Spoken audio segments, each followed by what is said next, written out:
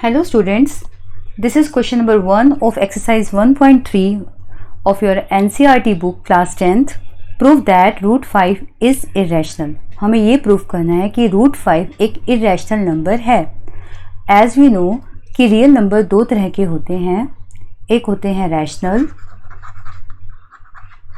And other होते हैं irrational.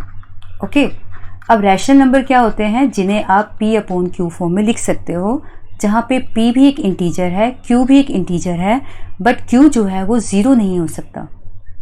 तो वो नंबर जिन्हें आप इंटीजर अपॉन इंटीजर फॉर्म में लिख सकते हो वो होते हैं rational number. But irrational number वो होते हैं जो कि रैशनल नहीं होते, जिन्हें आप p अपॉन क्यू फॉर्म में नहीं लिख सकते. जितने भी प्राइम्स नंबर्स के रूट्स होते हैं, चाहे वो स्क्वायर रूट हो चाहे क्यूब रूट हो, जो कि परफेक्ट नहीं होते, कोई भी रूट्स जो परफेक्ट नहीं हैं, और ये कह सकते हैं हम pi is also an irrational number. तो ये सारे नंबर जिन्हें आप p अपॉन क्यू फॉर्म में नहीं लिख सकते वो होते हैं irrational number. As we know कि रूट 5 एक इरेशनल नंबर है, बट इसे प्रूफ कैसे करेंगे, यही इस क्वेश्चन का मेन वर्क है. ओके, अब क्या करना है, आपको ये बताना है कि रूट 5 इरेशनल है. अब एज़ यू नो दैट कि यहाँ पे कुछ भी LHS RHS साइड नहीं है कि आप उसे किसी एक साइड को सोल्व करो, सोल्व करते करते सेकंड रिजल्ट तक जाओ और फिर आप बोलो कि ये LHS इक्वल्स टू RHS हो गया, इसलिए ये बात हमारी प्रूव हो गई. ऐसा कुछ नहीं है, just it is a statement, right. अब क्या करना है, हमने इस क्वेश्चन को करने के लिए आज हम एक नया मेथड यूज़ करेंगे, दैट इज़ कॉन्ट्राडिक्शन मेथड. अब क्या होता है contradiction method? I know that आपने ये method first time 10th class में ही सुना है, उससे पहले आपने कभी इसे यूज़ नहीं किया. कॉन्ट्राडिक्शन मेथड में क्या होता है कि आपको जो कहा है प्रूफ करने के लिए, उसका रिवर्स हम एज्यूम करेंगे और स्टेप बाय स्टेप सोल्व करने के बाद हम इस रिज़ल्ट पर आएंगे कि हमने जो एज्यूम किया था वो रॉन्ग था. इट मीन्स हमारा अजम्पशन इनकरेक्ट था, और दूसरे शब्दों में जो क्वेश्चन में पूछा गया है वही राइट है. कैसे करेंगे देखते हैं. इसके लिए क्वेश्चन में कहा गया कि prove that root 5 is irrational. तो हम इसका रिवर्स मान के चलेंगे कि रूट 5 रैशनल नंबर है.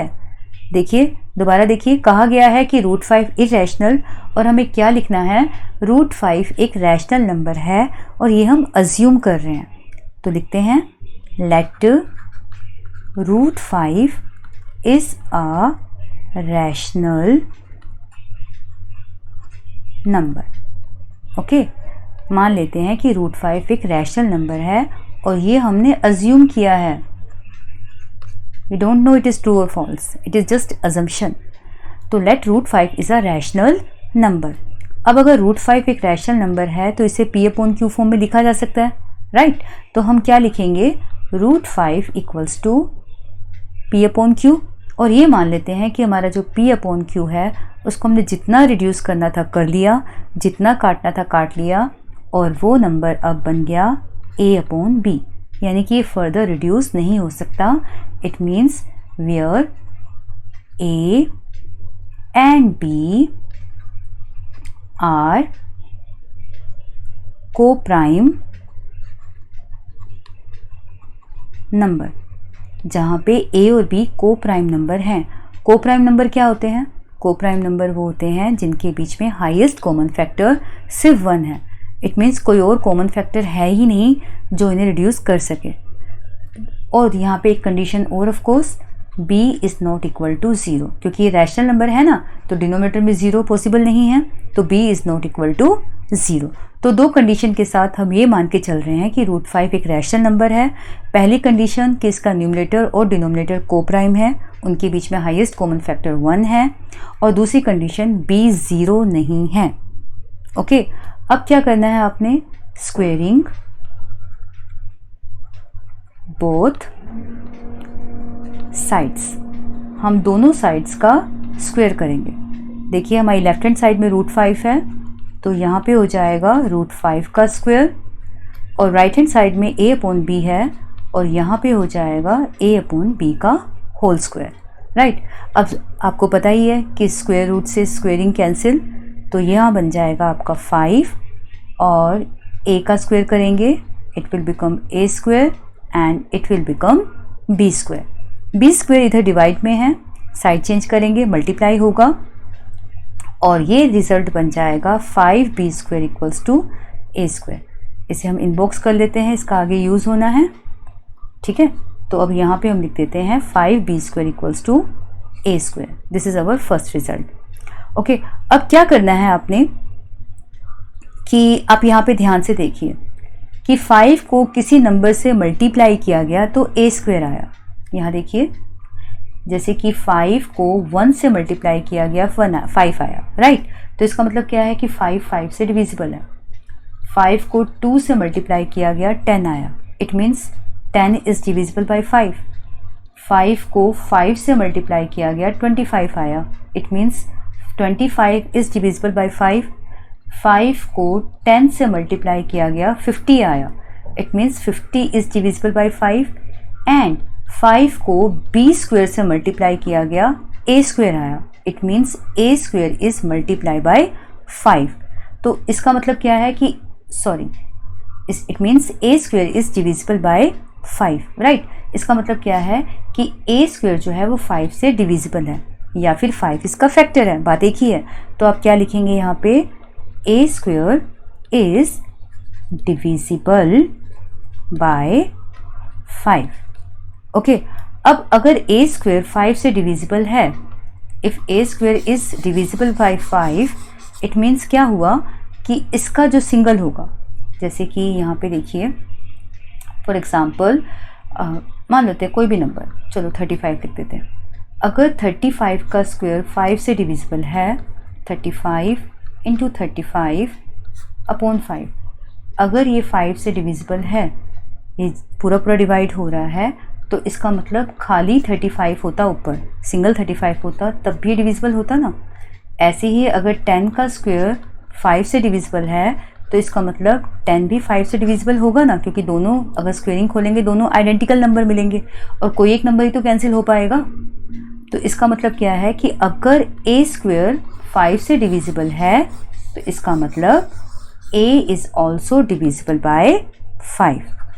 क्लियर. तो a is also divisible by 5, right. अब a 5 से डिविजिबल है, इसका मतलब a 5 की टेबल में कहीं ना कहीं आता है. हमें नहीं पता 1 टाइम्स 2 टाइम्स 3 टाइम्स कितने टाइम्स पर आता है, बट a जो है वो 5 की टेबल में कहीं ना कहीं आता है. तो हम मान लेते हैं कि a equals to 5 multiply c है, मतलब 5 C's 5 समथिंग चाहे, उस समथिंग को हम c मान लेते हैं. और जहाँ पे c जो है, c एक इंटीजर है, 1 2 3 एनी इंटीजर, राइट. तो हम ये मान लेते हैं a इक्वल टू 5c. अब क्या करना है आपने, अगेन स्क्वेयरिंग बोथ साइड्स.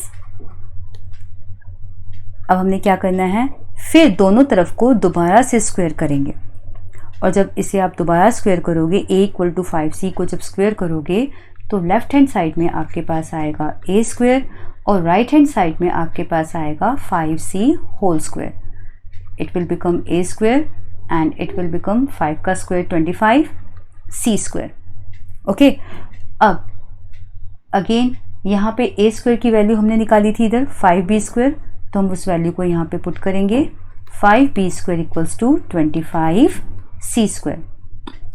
अब यहाँ 5 मल्टीप्लाई हो रहा है, वहाँ जाके डिवाइड होगा और इसे रिड्यूस करेगा, तो b square equals to 5c square. Again वैसे ही सेम बात कि 5 को किसी नंबर से मल्टीप्लाई किया गया तो b स्क्वायर आया, therefore b square is divisible by 5. और अगर b स्क्वायर 5 से डिविजिबल है तो इसका मतलब b is also divisible by 5.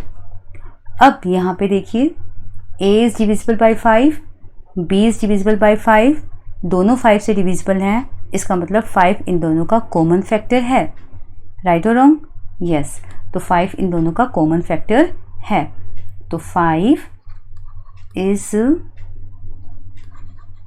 The common factor of a and b. 5 a और बी दोनों का कॉमन फैक्टर है। लेकिन हमने क्या अज्यूम किया था? हमने तो ये माना था कि ए और बी तो कोप्राइम नंबर है, बट वी हैव अज्यूम्ड, हमने ये अज्यूम किया था that a and b are coprime number. हमने ये अज्यूम किया था कि a and b coprime number हैं। तो इसका मतलब क्या हुआ? कॉन्ट्राडिक्शन आ गया, मतलब हमारा अजम्पशन रॉन्ग साबित हुआ। तो कॉन्ट्राडिक्शन आया ना, तो दिस कॉन्ट्राडिक्शन अराइज। क्यों हुआ ये contradiction arise? Because our assumption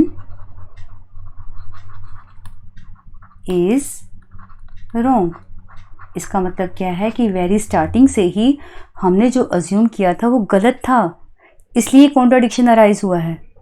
it means क्या हुआ? हमने क्या अज्यूम किया था? √5 एक रैशनल नंबर है। तो इसका मतलब क्या हुआ कि ट्रुथ क्या हुआ?